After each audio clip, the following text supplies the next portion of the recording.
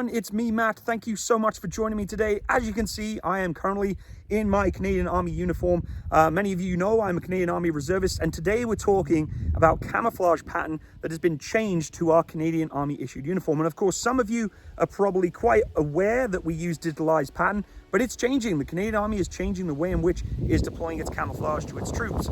And I was very lucky and blessed to be able to get a little bit of a first-hand look at this uniform. Now, I want to make something very clear. As a reservist, I'm not able to keep this uniform. This is purely just to showcase to you, the viewer, and some of you are either active serving, retired, or just not serving at all, to learn a little bit about what CADPAT MT is, or Canadian Pattern Multi-Terrain, which is a very different scheme of color scheme that we're used to with the CADPAT Arid and CADPAT Temperate. So it's kind of a mush of the two, but I want to make it clear, I'm not keeping this, I'm not getting special treatment. I thought it'd be really interesting though to showcase this to you, to have a little bit of awareness and understanding of what the differences are. So this deployment is coming out in phases. It has recently just started in February 2024, and I'm going to go through, as we go through the video, more details about the uniform. But it is absolutely gorgeous here in southern Alberta. We're at the range today with a cameraman who's kindly volunteered to help me do some showcasing this camouflage. We're going to show you what I'm in right now, which is kind of garrison dress. We've got the standard red and white Canadian flag there, normal, rank slide, and then obviously my name tape. And of course, I have my beret on right now. But of course, there are different schemes of which I'm going to wear, whether it's in the field or in garrison. So right now, I'm just in garrison dress. But we're going to showcase myself in some FFO and the different types of FFO that are available too, in terms of, whether you have a non-issued Coyote Brown kind of tack vest, or you have the standard digital CADPAT that we're currently using, and just kind of show you the differences and how it works in this terrain. And myself and my cameraman that have been in the field here today, we're kind of looking at this camouflage as I'm wearing it and be like, what, this actually kind of works. It works particularly here in southern Alberta. It's very hot today. It's about 30 degrees out. And in the dry, temperate land here we have with the dry grass, it just works. Now, I'm in the shade at the moment, so the differences between, grass and the tree is a little bit more, different context, I guess, or contrast. But once I'm in the sun and I'm in the grass and this stuff, which you're going to see in some of the footage, it's pretty freaking good. So we really want to kind of showcase that and let you kind of understand as to what those differences are between the current issue that we have and the stuff we have today. So let's get into it. So let's talk about the details of this new uniform. So CADPAT is changing now with different shades of brown and olive rather than the vivid green of the Temperate Woodland or TW CADPAT that we used to. And interestingly, and something that I actually really love, is this new pattern includes a special embedded feature, a maple leaf. Yes, if you look across the digitalization, you will find little maple leaves, which I think is just uniquely kind of cool, and I'm going to speak a little bit more about this in terms of branding later on. Something I found very interesting that was sent across my way from the field army was one of the troops actually found that their CADPAT material had perfectly placed the maple leaf on top of their rank slide, so they were instantaneously promoted from a corporal to a master corporal, which I thought was just absolutely awesome. Congratulations to that troop for your instantaneous promotion. The Modernized Combat Uniform, or MCU, will see the new Canadian Disruptive Pattern or Multi-Terrain CADPAT MT camouflage used in production of updated combat uniforms in the future. Issuing of this uniform is beginning in February 2024, based on operational requirements, generally going to the highest readiness units first. Serving Canadian Armed Forces or CAF members who are entitled to wear operational dress will be notified via their chains of command when they are slated to draw CADPAT MT MCUs at their usual clothing stores. The selection of a new CADPAT MT pattern is a key step towards the Soldier Operationalization Clothing, Equipment and Modernization Initiative, or SOCEM, which for the past several years has worked to advance the fit, form and function of operational clothing and equipment. Information about further improvements to uniforms and personnel as part of SOCEM initiative will be announced in the coming years. So why is the Canadian Army transitioning to something different? Well, CADPAT Temperate Woodland and CADPAT Arid Region are among the most effective camouflage patterns worn by the Army at the time. However, CADPAT MT is replacing them because, well, they don't produce the older camouflage styles anymore, and the technological advances in warfighting, namely the digitalization and proliferation of surveillance and sensors, meaning soldiers have to be better at being undetectable by the enemy, and therefore a actual camouflage revision was required. Now, who's going to be issued CADPAT MT first? Well, it really depends on where you are and what you're going to be doing.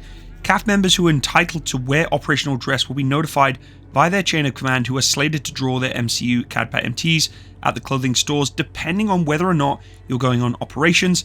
And for those of you who are reservists, of course, we are going to probably be slated a little bit further down in the prioritization chain depending on what you're doing. But as I said, it's going to go to those who have the highest operational or high unit readiness first, because that's critical in terms of getting it to the field force primarily. But keep your fingers crossed, this probably will deploy quite quickly.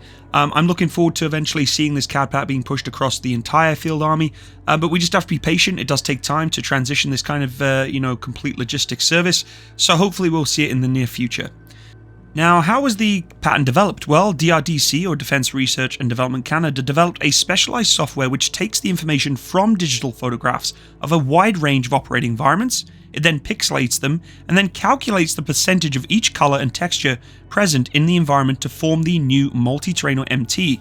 This is a really interesting concept which has been done in the past, but it's been revised. We're looking at new operational environments, and as you can see, the texture and tone for the environment I'm walking in here is absolutely perfect. With support from the Canadian Army, scientists at Defense Research and Development Canada have developed the design for a new Canadian Disruptive Pattern, or CADPAT camouflage material.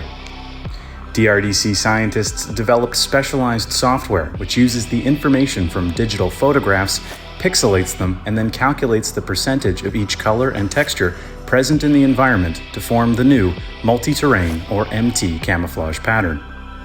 The new CADPAT is specially designed for more open area, such as prairies, savannas, and more open forest. Compared to its predecessor, the CADPAT Temperate Woodland, that was made specifically for boreal forest, the new design is made specifically for areas where you find more grass and more open areas. The result is a 5-color mid-spectrum MT CADPAT pattern that outperforms the current TW and AR camouflage patterns across the greatest range of environmental conditions. This makes soldiers less detectable than ever before by infrared and multispectral sensors, AI algorithms, and of course, the human eye. Basically, with normal human vision, you're able to see the pixel of the pattern from nearby, let's say less than 3 meters. But when you increase the range, the pixel starts to fuse, and then the disruptive and camouflage effect starts to take place. The different colors then starts to merge and produce a new color and a new pattern, which in turn turns on the disruptive camouflage effect. The creation of the new CADPAT pattern is an essential element in providing innovative, powerful personal protective equipment to Canadian soldiers. The big question that many people ask is, why was it that we didn't choose multicam, which is the primarily American style of camouflage, and the British MTP, or multicam terrain pattern, which is their own kind of British standard. But the CADPAT MT is a Canadian-owned design that has been tested and evaluated against several other national, allied, and commercial designs. CADPAT MT for the Canadians was found to be the most effective in global conditions in which Canadian soldiers are likely to operate. Of course, CADPAT and CADPAT MT have their own uses. I think CADPAT MT is very relatable, as I said, to southern Alberta, and we'll see in some of the footage, and the sort of temperate environment with sort of heavy woodland, more so winterized woodland and, coniferous trees. That's kind of where you're going to be able to use more of the TW.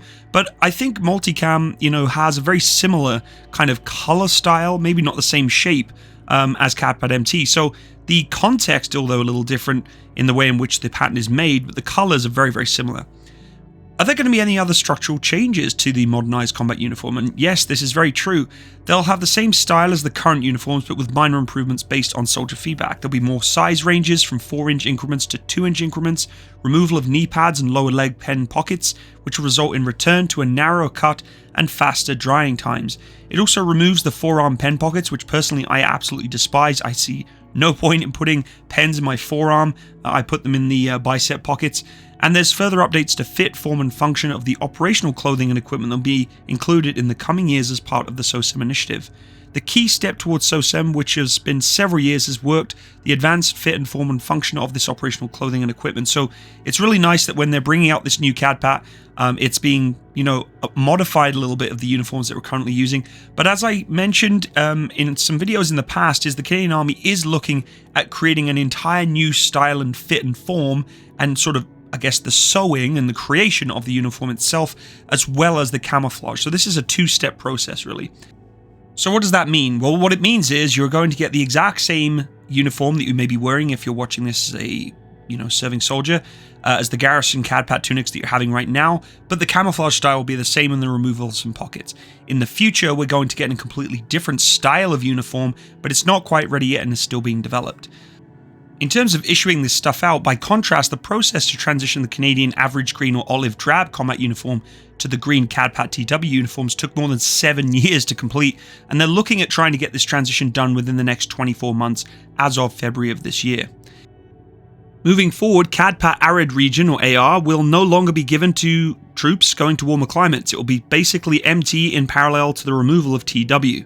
And what will happen to TW and AR uniforms? Well, they'll be returned to the supply depot and be exchanged, and then there'll be eventual disposal for them for the other uniforms, because of course we don't give that stuff away. It is all controlled. There will be a CADPAT MT tack vest, helmet cover, webbing, and other load carrying equipment, but it is not really available yet. It will be shared with CAF members via the chain of command when it's available.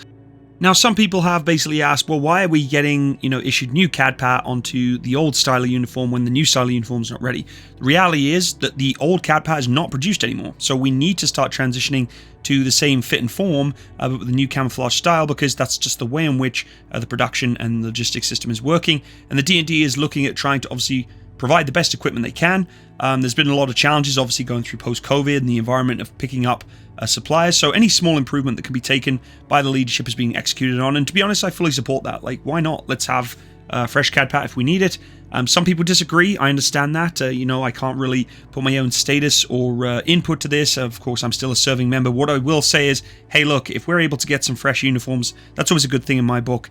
Having some fresh tunics and fresh pants, new camouflage on top of there, why not? I think it's good for us all. Of course, though, we're here to look at the actual comparison of the camouflage. Let's look at some of the transitions between me being in CADPAT MT and being in standard CADPAT TW, which is the sort of temperate environment, which I think is going to be an interesting transition you're going to see right away here.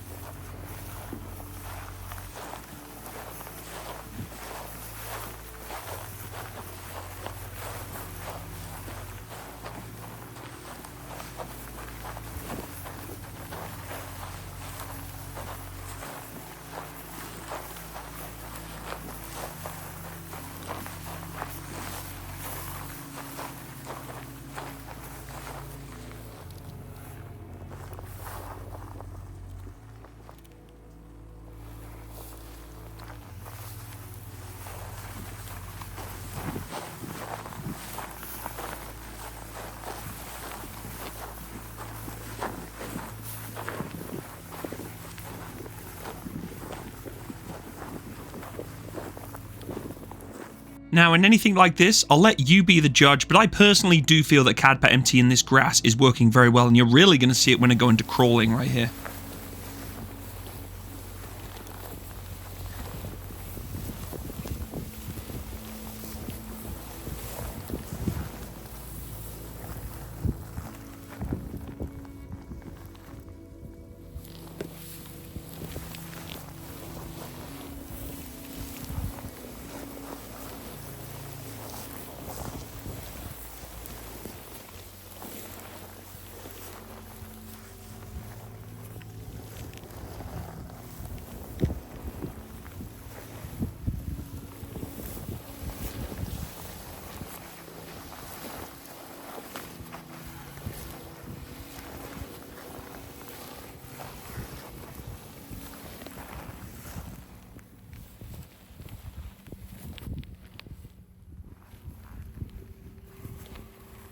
So now I'm going to show you a little bit of footage of some distance walking to see the transition between a background of a woodline and the grassy kind of forefront, to see what the transition is between the two CADPATs from there.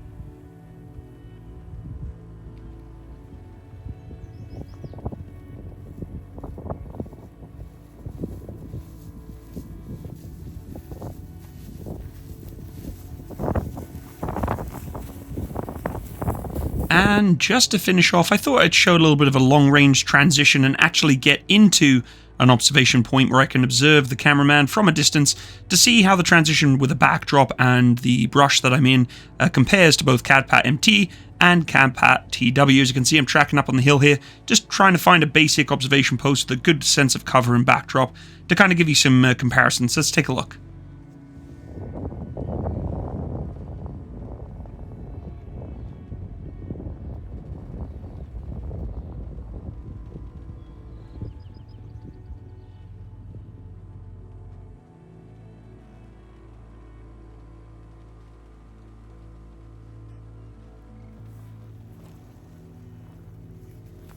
So there you have it, folks. CADPAT MT in all its glory. As you can see from the transitions between some of those shots, it has its pros and its cons. I certainly think, though, in the terrain that I've mentioned several times now in this video, in southern Alberta and the grassy prairies of Western Canada, it is absolutely perfectly suited, particularly for the summer. In terms of winter operations, it's going to be interesting to see how it works. Of course, we're used to working in coniferous woodlines in the snowy mountains with thick, heavy green woodlines. So I think this still has a lot of viability, but could be challenged against the TW, which is more designed for that heavy set dark green. Here in Alberta, we do have a lot of heavy woodlines, but in other areas of Canada, a lot more tree lines that would kind of be best suited for TW. But I do personally think that MT is very, very well suited, and as you can see from the research they've done, it clearly works for what it needs to do. But let's hear about what you think. Do you think that this is an effective camouflage scheme? Do you think that the transition from TW and Arid to a combined MT is worthwhile? I'd love to hear your opinions in the comment section below. Let me know what you think. Hopefully I've portrayed this as best as I can and give you a little bit of an insight to this uniform. For those of you who are serving and want to see this stuff, as I said before, not keeping this myself. You're going to get it prioritized to those who need it first and foremost, and hopefully it does get deployed out to you pretty quick. I'm excited for it myself. I know it's only a little thing, but it's nice to have something new, particularly when we're getting new uniforms and we're going to get the ability to refresh our kit, which is always really, really nice.